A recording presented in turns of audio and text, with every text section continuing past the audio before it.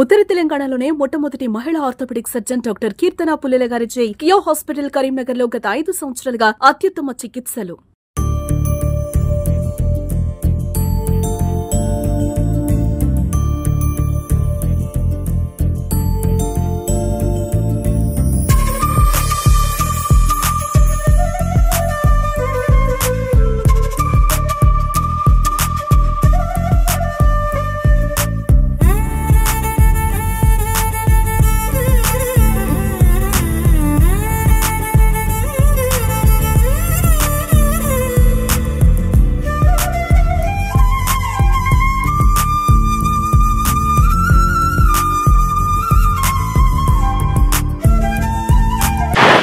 నమస్తే, welcome to Suman TV Karimnagar. నేను లావణ్య. అతివలకి అందం గోరింటాకు.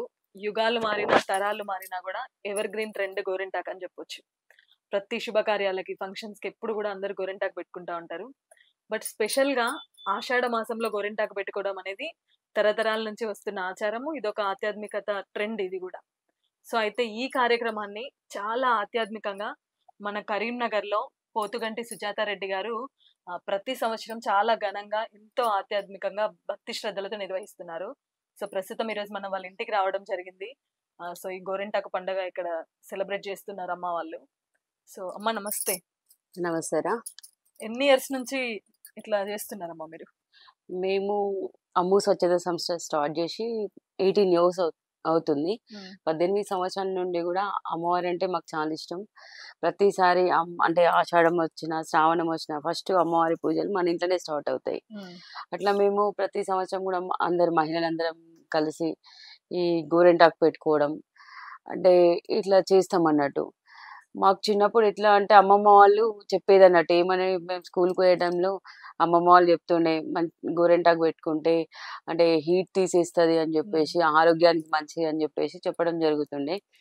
అదేవిధంగా మేము అందరం స్కూల్కి వచ్చినాక గోరింటాకు పెట్టుకుంటే బాగుంటుంది అని చెప్పేసి అనేవాళ్ళు. అదే కాలేజ్ టీనేజ్కి వచ్చే వరకు తీసుకునేది ఉంటే అమ్మ వాళ్ళు చెప్పేది అన్నట్టు, ఏమని గోరింటాకు పెట్టుకుంటే రెడ్డిగా అయితే మంచి హస్బెండ్ వస్తాడు, మొగడు వస్తాడు అని చెప్పేసి చెప్తుండే.